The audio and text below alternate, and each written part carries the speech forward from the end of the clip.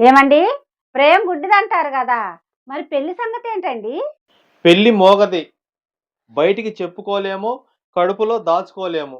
అలా ఉంటది మా మగోళ్ళ పరిస్థితి.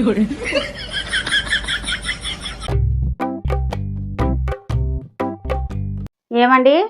మనిద్దరం గొడవ పడి నేను మా అమ్మోళ్ళింటికెళ్తే, నువ్వు రెండో పెళ్లి జేసుకుంటావా? అవుదమ్మా.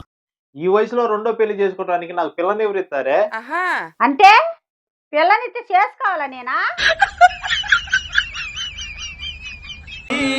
తెలుగు గాలి తాగాలి తాగి తెగ తూగాలి తోటమాలి. No no no no. ప్రపంచంలోని అంత నికృష్టుడు కొడుకురా.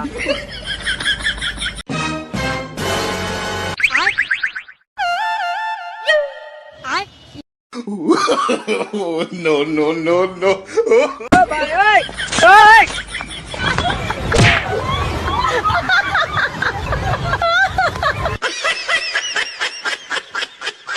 ఏమండి? మన పక్కింటి సుజాత లేదు?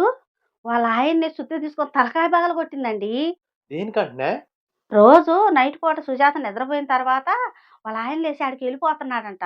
అందుకని సుత్తి తీసుకొని తలకాయ పగలగొట్టిందండి.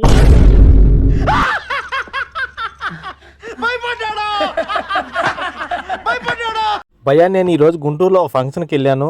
అదేందో భయ్యా మొక్కజొన్న కంటెను మధ్యలో కట్ చేసి దానికి ఉప్పు కారం మసాలా పేస్ట్ అన్నీ పట్టించి నిప్పుల మీద కాల్చేసి ఇచ్చారు. తింటుంటే ఏమో రుచిగా ఉంది భయ్యా.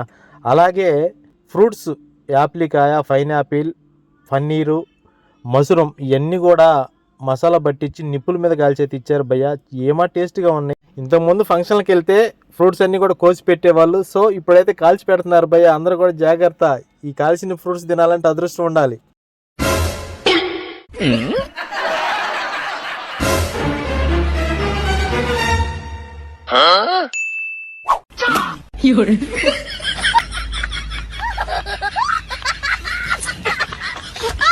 ఏంది ఆకలి చూస్తున్నావు? నేను జడేసుకున్నా.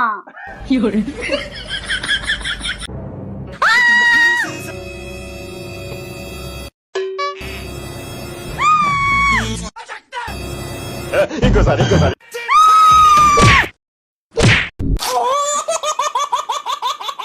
ఏమండి? ఏందో చెప్పు. పండక్కి షాపింగ్ చేయాలి. వరుసన 3 పండగలున్నాయి.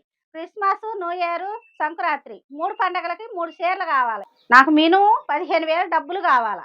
ఇస్తావా? ఇవ్వా? నువ్వు ఇంత ముద్దుగా అడిగిన తర్వాత ఇవ్వకుండా ఎలా ఉంటాను? నీకు నచ్చిన బట్టలు తెచ్చుకో. 3 చీరలు తెచ్చుకుంటావు, 4 చీరలు తెచ్చుకుంటావు, నీ ఇష్టం. సరే ఓకే బాయ్. అమ్మా జర్రు ఉంటే చచ్చిపోతుంటరా.